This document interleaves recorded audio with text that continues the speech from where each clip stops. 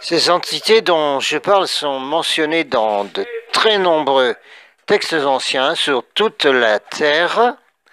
Voici une liste intéressante à mon avis.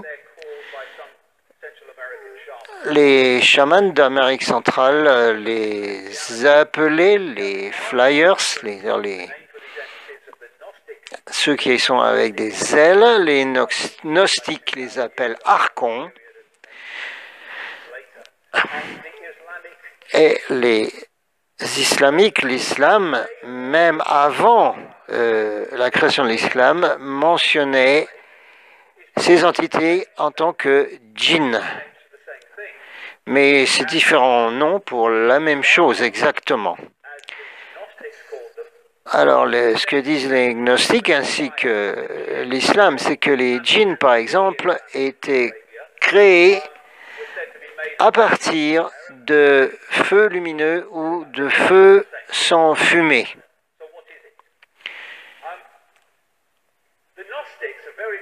Les gnostiques sont des êtres très très intéressants. Ça veut dire, gnostique veut dire connaissance.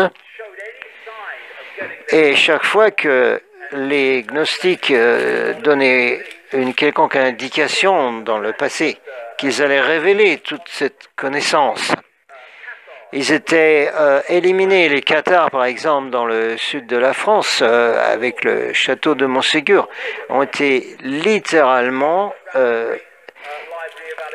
éliminés de la terre. Ceux qui tenaient la bibliothèque d'Alexandrie, par exemple, qui contenait un nombre incalculable de manuscrits, chaque fois, ces gens ont été éliminés. En résultat de cette élimination totale des gnostiques, plus rien n'est resté décrit.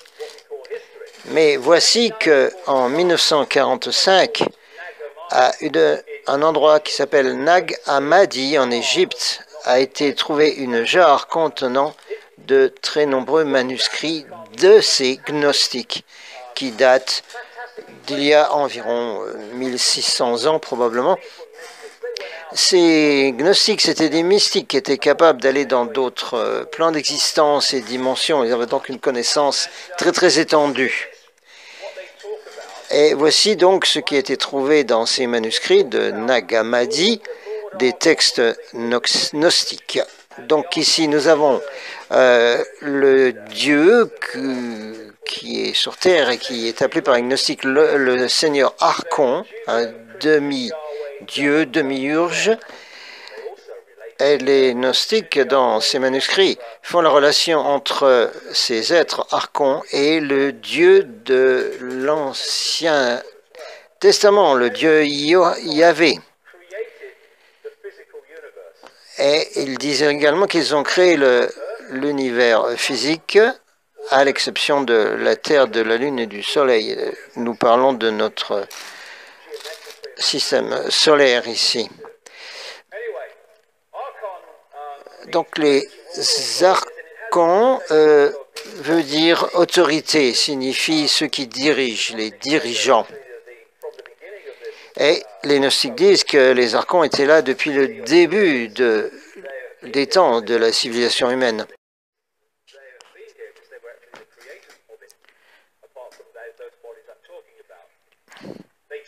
Et les gnostiques disent que ce demi-urge, ce démiurge, était en fait un faux dieu.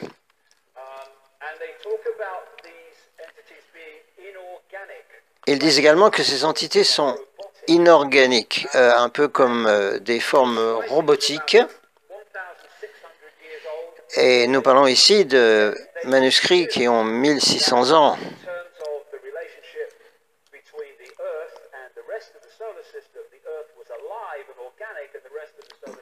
Et les gnostiques disent que la Terre était organique tout à fait avant l'intervention de ces archons, mais que le reste qui était juste autour de la Terre ne l'était pas. Voici par exemple ici une représentation du monde des archons. Ils n'ont pas de créativité. Et leur monde est totalement dénué de toute vie. moche, horrible. Donc c'est donc ici une photo, une représentation symbolique, par exemple, du monde des archons. Alors, les textes disent que les archons n'ont pas de physicalité, ni d'émotion, ni d'imagination, surtout. C'est-à-dire, ils envient les humains pour la capacité de création à partir de l'être divin que sont les humains et ce qu'ils ne sont pas, ce que les archons ne sont pas. Ils peuvent donc imiter, mais pas faire d'innovation. C'est-à-dire, le texte ancien parle de imiter. Par exemple, si vous leur donnez une page blanche, ils ne sauront pas quoi en faire. Par contre, vous leur donnez une page où il y a des dessins, des écritures, quelque chose, des symboles, ils vont l'imiter, en faire une copie, comme avec une photocopieuse.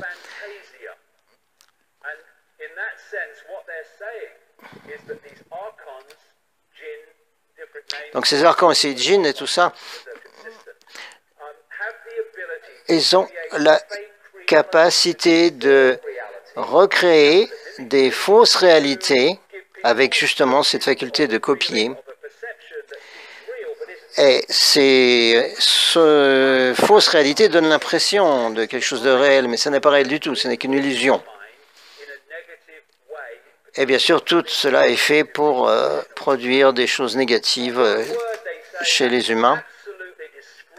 Alors, un mot qui les décrit vraiment totalement dans ces textes est le mot déception.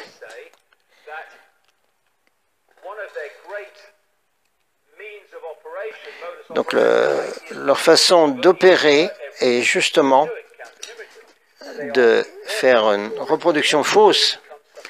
Et ceci va devenir une perception pour les humains.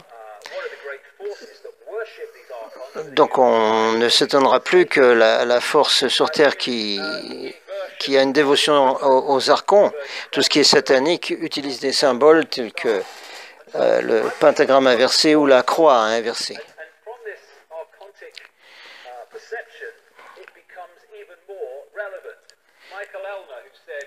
Voici un écrivain qui s'appelle Michael Ellner qui dit « Regardez un peu ce qui se passe sur Terre.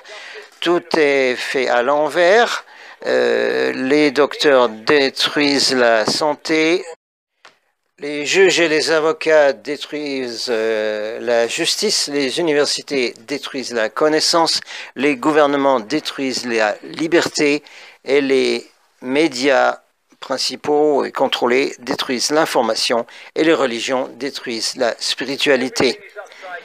Tout est fait à l'envers sur cette planète. Toutes les lois sont complètement inversées dans toute chose, Tout est mis à l'envers, complètement renversé. C'est classique. Les politiciens, certains le sachant parfaitement, d'autres non, sont là pour mettre en place l'agenda des archons. Donc tout est mis à l'envers. Donc au lieu de la vérité, nous avons les mensonges. Bon, il y a Novel Coward, par exemple, qui dit c'est décourageant de voir combien de gens sur la Terre sont choqués par l'honnêteté et très peu par la déception et le mensonge. C'est la déception qu'on l'en voit partout. Donc, toutes ces forces qui opèrent derrière ceux qui apparaissent être les dirigeants.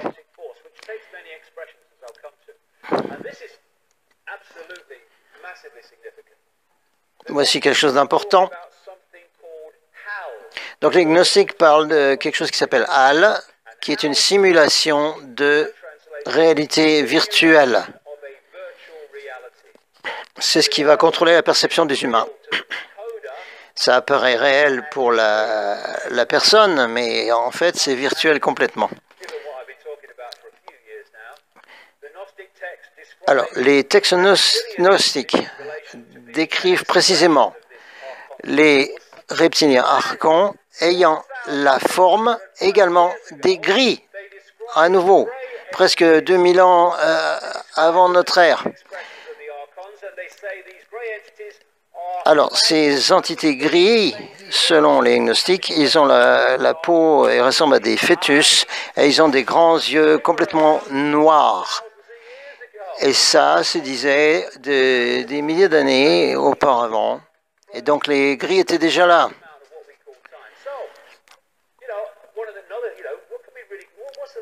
Donc, je continue à dire que les reptiliens dirigent la planète.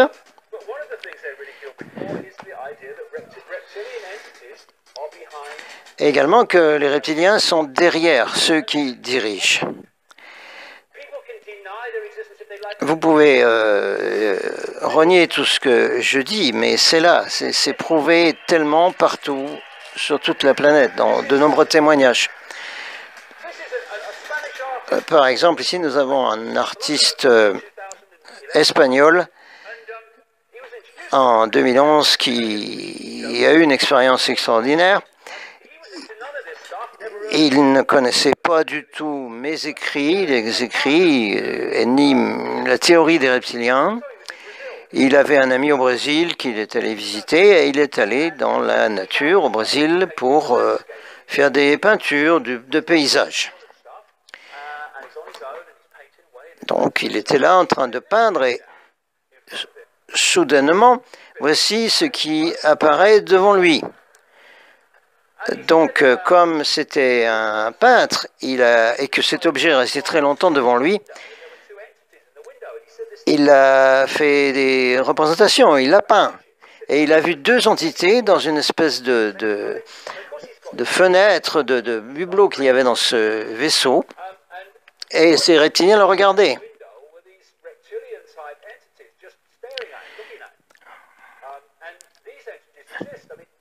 Ces entités existent, on les trouve partout et les représentations qui en sont données se reconnectent les unes les autres, ça ressemble tout le temps.